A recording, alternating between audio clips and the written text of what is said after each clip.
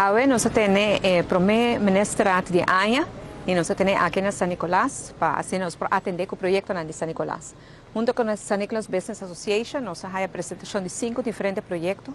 Proyectos muy interesantes, proyectos que generan un flujo de turistas y de personas aquí en San Nicolás. Trabaja cupo de empleo, especialmente para gente aquí en Pariba de Brug, pero crea desarrollo económico para gente de Aruba a la vez. Me parece que el proyecto está muy interesante, todo tem proyecto de vivienda, proyecto de agua, contra agua, proyecto que nos tem turístico, que nos que trabaja aquí en San Nicolás, de memoria de 2 guerras mundiales y el rol que Aruba junga. Nosotros tenemos presentación también para lo que es agricultura, una gran cantidad de presentación de proyectos que por ayuda nos desarrollar nuestra economía.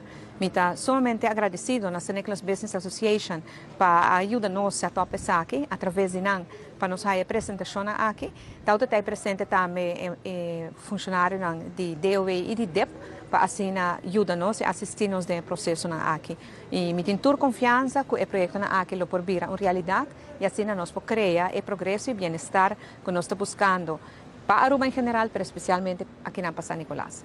Durante o gabinete Wave Cruz 1 e 2, sabe de 4 viagens nós temos ministrado aqui na San Nicolás, para assim atender especificamente o tema de San Nicolás. Se houve trabalho para fazer ainda, a pandemia se trouxe em hópicos, a situação financeira de Aruba que está delicado também, está sendo difícil, mas nós temos fé, nós temos visão, nós temos determinação para lograr o desenvolvimento que o povo de San Nicolás tanto está angelado. E agora é uma prova disso.